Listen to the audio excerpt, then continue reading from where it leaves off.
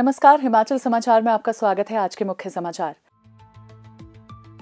विधानसभा में मॉनसून सत्र के 5वें दिन की शुरुआत प्रश्नकाल से। प्रश्नकाल के दौरान मुख्यमंत्री ने दिए महत्वपूर्ण प्रश्नों के उत्तर। मुख्यमंत्री ने नियम 62 के अंतर्गत उठाए गए विभिन्न मामलों पर दिए वक्तव्य। प्राचीन संस्कृति और परंपराओं के संरक्षण और संवर्धन में मेले निभा रहे उल्लेखनीय भूमिका। विविध संस्कृतियों के संगम को प्रदर्शित करता लादारचा मेला। और अब समाचार विस्तार से। विधानसभा में मॉनसून सत्र के 5वें दिन की शुरुआत प्रश्नकाल से हुई। प्रश्नकाल के दौरान मुख्यमंत्री ने कई महत्वपूर्ण प्रश्नों के उत्तर दिए। गत 3 वर्षों में 31 जुलाई 2025 तक सरकार द्वारा नाबार्ड को कितनी डीपीआर भेजी गई से संबंधित पूछे गए एक प्रश्न के उत्तर में मुख्यमंत्री ने कहा, फॉरेस्ट क्लियरेंस के लिए हमने डीसी के नेतृत्व में एक कमेटी बनाई है। डीसी के पहले मैं पहले डिस्ट्रिक्ट, अगर आपका रोड है तो उसमें फॉरेस्ट के ऑफिसर भी होंगे, वो अपलोड करेंगे और उस अपलोड के बाद वो अपने आप ही उस नोडल एजेंसी के द्वारा परस्यू करेंगे। तो ये एक ईजी करने के लिए हमने बनाया है। तो हर महीने डीसी को दिशा निर्देश दिए कि जिनके भी फॉरेस्ट रोड वाले हैं उसको अपलोड करके भारत सरकार से परमिशन ली जाए। दूसरा ये कह रहे हैं कि 2183 रोड वाला फाइल कोर्ट में केस है, उसकी हमने रिव्यू पिटीशन हमने फाइल की है। कहा है कि इसको एफआर के अंतर्गत हमको परमिशन दे दी जाए ताकि हम उन रोडों को रेगुलाइज कर सकें, क्योंकि रोड तो बन चुके हैं।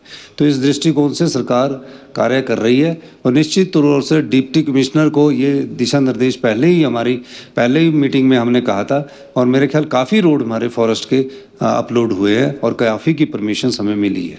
माननीय अध्यक्ष महोदय, बार बार पूर्व मुख्यमंत्री जी कहते हैं कि केंद्र सरकार राज्य सरकारों से टैक्स इकट्ठा करती है, उसके बाद हमारे को पैसे देती है। लेकिन नाबार्ड के मामले में मैं कहना चाहूँगा कि ये भी लोन है, नाबार्ड कोई ग्रांट नहीं है। वो हमारे जो लोन का एक पार्ट है, जो ये कहते रहते इतने 1000 करोड़ का लोन हो गया, तो उसमें भी नाबार्ड एक पार्ट है। नाबार्ड के लोन की एक सीमा है और मैं बताना चाहूँगा इसलिए उस सीमा को तय किया जाता है कि उसको बढ़ाकर 200 करोड़ कर दिया जाए ताकि पिछली जो स्कीमें हैं उन योजनाओं को भी धन की कमी ना रहे। इनके क्षेत्र में ये कहना गलत है कि हमारी डीपीआर नहीं बनाएगी।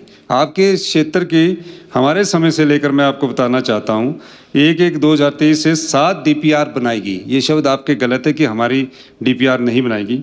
7 डीपीआर में इनकी एक स्वीकृति अभी हुई है जो तकरीबन 4.5 करोड़ की है और 27 करोड़ रुपया इनका बैलेंस है। मैं चाहूँगा कि अगर आपका ये बैलेंस रहेगा हम उसको स्वीकृति प्रदान करेंगे, लेकिन आपकी डीपीआर जो होगी उसको आप पहुँचाएंगे। और तीसरी बात, हमने तो बिना मतभेद के, बिना भेदभाव के नितिन गडकरी जी को ये कहा कि आप छतरी से लेकर, जो कि इन्होंने भी बात की, थुनाग वाले रोड को फर्स्ट प्रायोरिटी में, थुनाग चैल चौक तक फर्स्ट प्रायोरिटी में सीआरएफ में डाला जाए, क्योंकि वो अगर आप नाबार्ड की सड़क से डालोगे तो वो उतना पूरा नहीं होगा। वहाँ कम से कम 100-150 करोड़ रुपए का एस्टीमेट है, जो वो मेन लाइफ लाइन है विधानसभा क्षेत्र की। तो भेदभाव का तो सवाल ही कोई नहीं है। बाकी जो आपकी 27 करोड़ की बैलेंस है आप भेज दीजिए। डीपीआर आपकी नाबार्ड में हमने पोस्ट कर दी है, उसको स्वीकृति दिला देंगे। नाबार्ड से इलेक्ट्रिक बसें खरीदने से संबंधित पूछे गए प्रश्न के उत्तर में मुख्यमंत्री ठाकुर सुखविंदर सिंह सुक्खू ने कहा, माननीय अध्यक्ष महोदय, इसमें कोई दो राय नहीं है कि हमने इलेक्ट्रिकल बसेस खरीदने का नाबार्ड में से अनुमति प्राप्त करने के बारे में बात की थी और चार्जिंग स्टेशन के लिए भी बात की थी। निश्चित तौर पर हम इसमें आगे बढ़ रहे हैं, लेकिन कोई विधायक अगर अपनी प्रायोरिटी देगा कि इसको इलेक्ट्रिकल बसेस हमारे लिए खरीदी जाए तो जो उनकी बैलेंस लिमिट है उसमें से इलेक्ट्रिकल बसेस खरीदी जाए। प्रदेश में कैंसर रोगियों की प्रतिवर्ष बढ़ रही संख्या से संबंधित पूछे गए एक प्रश्न के उत्तर में मुख्यमंत्री ने कहा, माननीय अध्यक्ष महोदय, माननीय विधायक राकेश कालिया जी ने एक बच्चे का मामला उठाया है। सरकार के पास जो भी संसाधन है उस बच्चे की मदद के लिए हम करेंगे और जो उनको फंड देना होगा, जो नियमों के परिधि में आता होगा, उतना पैसा हम उनको देंगे। और इसमें कोई दो राय नहीं है कि कैंसर के केसेस बढ़ते जा रहे हैं और प्रदेश में नॉर्थ ईस्ट के बाद अगर कैंसर की पॉपुलेशन रेशियो के हिसाब से अगर पेशेंट का आधार देखा जाए तो 2nd नंबर पर हम आए। हम कैंसर का रोग का उपचार के लिए हिमाचल प्रदेश में भी एम्स की तर्ज पर टेक्नोलॉजी ला रहे हैं। आने वाले अक्टूबर महीने में पेट स्कैन लागू कर दिया जाएगा और उसकी टांडा में भी पेट स्कैन आ जाएगा ताकि बच्चों को इनिशियल स्टेज पर अपने कैंसर का पता लग जाए, इतना भागना पड़े। जो इन्होंने मदद की बात की है, सरकार उसका ध्यान रखेगी। सभी मेडिकल कॉलेज में इस सुविधा का धीरे धीरे प्रसार किया जाएगा। लेकिन हमारे पास अभी क्या है, आईजीएमसी में भी नहीं है, जहाँ 20-20 साल पुरानी मशीन है। टांडा में नहीं है, तो अब पहले आईजीएमसी, टांडा, फिर नेरचौक, हमीरपुर, चंबा, सब में कैंसर की सुविधा उपलब्ध कराने के लिए हम प्रयासरत रहेंगे। सरकार बनने के बाद हमारी सरकार ने जो रिनाउंड कैंसर के डॉक्टर्स हैं उनकी एक कमेटी स्टेट लेवल पर बनाई है और उसकी मीटिंग होती रहती है। जो इंडिया के one of the best doctors है, उन्हीं से पता लगा कि हमें कैंसर के क्षेत्र में किस प्रकार आगे बढ़ना है। और एक state of the art cancer institute तकरीबन 300 करोड़ की लागत से हमीरपुर में खोला जा रहा है, जिसमें सिर्फ कैंसर से ही संबंधित इनिशियल स्टेज में, फिर पिछले उसका डायग्नोज कैसे करना है, कैसे इलाज करना है, उस सब दृष्टिकोण से भी हम बजट का उसमें प्रावधान कर रहे हैं। और मेरा ये मानना है कि तब इनिशियल स्टेज पर हम आईजीएमसी शिमला में लीनियर एक्सीलेटर जो उसके इलाज के लिए यूटिलाइज होना है, पैट स्कैन जो इनिशियल स्टेज में हमें पता बताता है कि कैंसर होना है, और लेटेस्ट हाई एंड टेक्नोलॉजी हमारी सरकार खर्च कर रही है। हमारी सरकार का मुख्य औचित्य जो है इस बार 3000 करोड़ के मेडिकल टेक्नोलॉजी के इक्विपमेंट खरीदना है और अच्छी इलाज हो, इनिशियल स्टेज पर पता लगे। इस बारे में सरकार गंभीर है।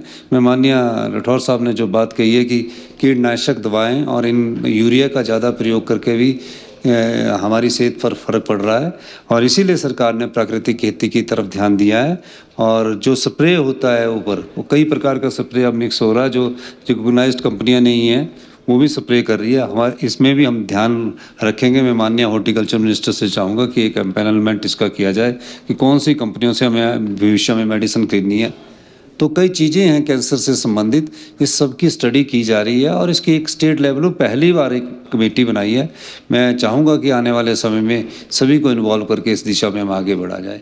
विधानसभा सदन में नियम 62 के अंतर्गत विधायक श्री मलेंद्र राजन द्वारा पौंग डैम से लगातार पानी छोड़े जाने के कारण फतेहपुर व इंदौरा क्षेत्रों में आ रही बाढ़ से नुकसान पर वक्तव्य देते हुए मुख्यमंत्री ने कहा, हिमाचल प्रदेश में बीबीएमबी द्वारा निम्नलिखित 3 विद्युत परियोजनाएं संचालित की जा रही है। भाखड़ा जल विद्युत परियोजना, ब्यास सतलुज लिंक बीएसएल योजना, पौंग जल विद्युत परियोजना। यह तीनों परियोजनाएं विद्युत उत्पादन के साथ साथ उत्तर भारत में पानी की जरूरतों को भी पूरा करती है।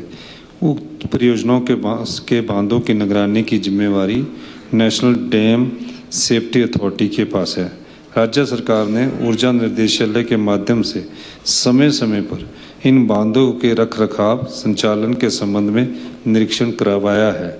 इसके लिए एक उच्च स्तरीय समिति वर्ष 2023 में सेंट्रल वाटर कमीशन के पूर्व अध्यक्ष की अध्यक्षता में बनाएगी। पौंग डैम परियोजना ब्यास नदी पर बनी है, जो कि मुख्यतः पानी की पूर्ति हेतु बनी परियोजना है, जिससे विद्युत उत्पादन भी होता है। इन परियोजना से प्रदेश के निम्न समस्याएं उत्पन्न हुई है। बांध के संचालन और जलाशय के भराव में मानकों के अनुसार क्रियान्वयन न कर पाने या न होने से निचले क्षेत्रों में बरसात के समय तनाव और भय का माहौल बना रहता है। वर्ष 2023 में भी भारी जल बहिराव और जमीन कटने की घटनाएं हुई, जिसमें तकरीबन 2500 लोगों को एयरफोर्स की मदद से सुरक्षित बाढ़ क्षेत्रों से निकाला गया। परंतु बीबीएमबी द्वारा अभी भी बाढ़ प्रबंधन और संचालन हेतु उपयुक्त पग नहीं उठाए जा रहे हैं। बीबीएमबी के पुनर्स्थापना और पुनर्वास कार्य का संतोषजनक स्तर पर काम नहीं हुआ है। बीबीएमबी के अधिकारियों को बार बार अर्ली वार्निंग सिस्टम स्ट्रेंथनिंग और कंट्रोल तरीके से पानी छोड़ने को कहा गया है। इस वर्ष हुए नुकसान के लिए बीबीएमबी को उत्तरदायी ठहराते हुए दिनांक 26/7/2025 को ऊर्जा निर्देशक द्वारा बीबीएमबी के विरुद्ध पुलिस स्टेशन संसारपुर टेरिस में एक एफआईआर दर्ज की गई है। दिनांक 20/8/25 को भी बीबीएमबी की बोर्ड मीटिंग हुई, जिसमें हिमाचल प्रदेश सहित पड़ोसी राज्य हरियाणा, पंजाब व राजस्थान का भी प्रतिनिधित्व था। इस मीटिंग में पौंग व भाखड़ा बांधों से अतिरिक्त पानी छोड़ने के ऊपर चर्चा हुई। हिमाचल की तरफ से पुरजोर देकर क्या कहा गया कि पहले से ही बहुत सा इलाका पानी में डूबा है, अतः आउटफ्लो स्टैगर तरीके से किया जाए। डैम सेफ्टी एक्ट 2021 के सभी प्रावधानों की पूरी अनुपालना की जाए। वह डाउन स्ट्रीम के इलाकों में अर्ली वार्निंग की जाए ताकि जान माल के नुकसान और भूमि कटाव या डूबने की स्थिति से बचा जाए। ऊर्जा निदेशालय द्वारा बीबीएमबी को लिखित रूप में भी यह कहा गया है कि डिस्चार्ज आउटफ्लो ग्रेजुअल मैनर में किया जाए तथा बड़े हुए आउटफ्लो से निचले क्षेत्रों में हुए नुकसान की भरपाई की जिम्मेवारी बीबीएमबी को की ही होगी। पौंग बांध से पानी छोड़े जाने के कारण वर्ष 2023 में भी इंदौरा क्षेत्र में व्यापक तबाही हुई थी। पौंग डैम से पानी छोड़े जाने के कारण इस वर्ष अब तक नुकसान का अनुमान का विवरण। फतेहपुर लगभग 50-60 हेक्टेयर भूमि एवं फसलें क्षतिग्रस्त हुई है। 4 घर पूर्णतः क्षतिग्रस्त हुए हैं, 4 घर आंशिक क्षतिग्रस्त हुए हैं, 38 गौशालाएं क्षतिग्रस्त हुई है। राहत एवं बचाव कार्य फतेहपुर 23 परिवार 107 व्यक्तियों को व्यास नदी से 50 मीटर दूरी के भीतर से सुरक्षित स्थान पर स्थानांतरित किया गया है। प्रभावित परिवारों को राशन, खाद्य सामग्री एवं त्रिपाल उपलब्ध करवाए गए। एक राहत शिविर राधा स्वामी सत्संग बडूखर में स्थापित किया गया है। लगातार कंट्रोल रूम संचालन, चिकित्सा दलों की तैनाती एवं संवेदनशील समूहों की पहचान जैसे कदम उठाए जा रहे हैं। इंदौरा 100 हेक्टेयर से अधिक कृषि भूमि पूर्णतया बह चुकी है। कई सड़कें अवरुद्ध है, 2 पुल क्षतिग्रस्त हुए हैं, गांवों की कनेक्टिविटी कट चुकी है, 3 मकान ढह चुके हैं। सरकार द्वारा राहत शिविर स्थापित किए गए हैं तथा रेस्क्यू कार्य प्रगति पर है। एनडीआरएफ की एक टुकड़ी काठगढ़ में तैनात की गई है। बीबीएमबी ने अब तक केवल 3 पंचायतों में लाउड स्पीकर सिस्टम लगाया गया है। माननीय अध्यक्ष महोदय, जब भी डैम से पानी छोड़ा जाता है प्रदेश को इन 2 क्षेत्रों में बहुत अधिक नुकसान होता है और जब हमारे अधिकार की बात आती है, पानी हमारा है लेकिन हमारे अधिकारों को भी रोकने की कोशिश की जाती है। मैंने इस बार कहा है कि एफआईआर दर्ज कीजिए और हमारे विभाग ने एफआईआर दर्ज की है और निश्चित तौर पर जो नुकसान हुआ है हमने कहा कि इस सारे नुकसान की भरपाई बीबीएमबी द्वारा की जाए। लेकिन जब हम नुकसान की बात करते हैं तो उसमें कई अड़चनें डाल दी जाती है। अब बीबीएमबी से हमने 2011 का सुप्रीम कोर्ट का एक फैसला आया है जिसमें उन्होंने हमें 4300 करोड़ रुपए का एरिया देना है। सुप्रीम कोर्ट ने भी फैसला दे दिया, लेकिन साथ लगते जो राज्य है वो उसमें अड़चनें डाल रहे हैं। सितंबर महीना हमारे लिए बड़ा महत्वपूर्ण है, उसमें ये फाइनल हियरिंग में ये केस लगा है, वो उसमें अपने अधिकार की लड़ाई तो हम लड़ेंगे ही, लेकिन पानी हमारा है। पंजाब में तो कोई 5 नदियाँ बहती नहीं है, जो भी पंजाब में पानी जाता है हिमाचल प्रदेश से जाता है। डैम के कारण ऑस्ट्रिच भी हिमाचल प्रदेश के लोग हुए।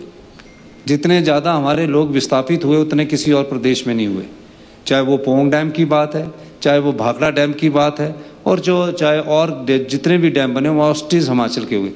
जब हिमाचल के अधिकारों की बात आती है तो केंद्र सरकार भी उसमें आंखें मूंद लेती है। मेरा ये मानना है कि हमें अपनी लड़ाई लड़नी ही पड़ेगी और निश्चित तौर पर लड़नी पड़ेगी। और इन क्षेत्रों में जो नुकसान प्रत्येक वर्ष बांध के पानी छोड़ने के कारण होता है तो कई परिवारों की तो फसलें उजड़ जाती है, जीवन भर की कमाई उजड़ जाती है। इस सारे मामले को हम गंभीरता से देखेंगे। मैं माननीय सदस्यों को, माननीय कमलेंद्र राजन जी को, माननीय भवानी पठानिया जी को ये आश्वासन देना चाहता हूं कि आने वाले समय में इस मामले को हम गंभीरता से बैठकर बीबीएमबी से ये मुद्दे उठाएंगे। धन्यवाद। हिमाचल का लाहौल स्पीति जिला प्राकृतिक संसाधनों, सांस्कृतिक और आध्यात्मिक दृष्टि से समृद्ध है। यहाँ आयोजित होने वाले मेले और त्योहारों से लोग क्षेत्र की अनूठी संस्कृति से रूबरू होते हैं। स्पीति में आयोजित होने वाले लदारचा मेले के माध्यम से जनजातीय समुदायों की समृद्ध और विविधतापूर्ण धरोहर को प्रदर्शित किया जाता है। इस मेले में क्षेत्र की विशिष्ट परंपराओं की झलक देखने को मिलती है। प्राचीन संस्कृति, परंपराओं तथा रीति रिवाज के संरक्षण और संवर्धन में मेले एवं त्योहारों का विशेष महत्व है। स्पीति के लदारचा मेले का अपना एक अलग महत्व है। लदारचा मेला लद्दाख, स्पीति और किन्नौर के साथ साथ मैदानी इलाकों की संस्कृतियों के संगम को प्रदर्शित करता है। इस मेले का स्पीति क्षेत्र के लोग ही नहीं बल्कि अन्य जिलों और राज्यों से आए पर्यटक भी आनंद उठाते हैं। व्यापारिक दृष्टि से भी ये मेला महत्वपूर्ण है। इसमें स्थानीय कारीगर और शिल्पकारों को अपनी कलाकृतियों को बेचने का अवसर मिलता है।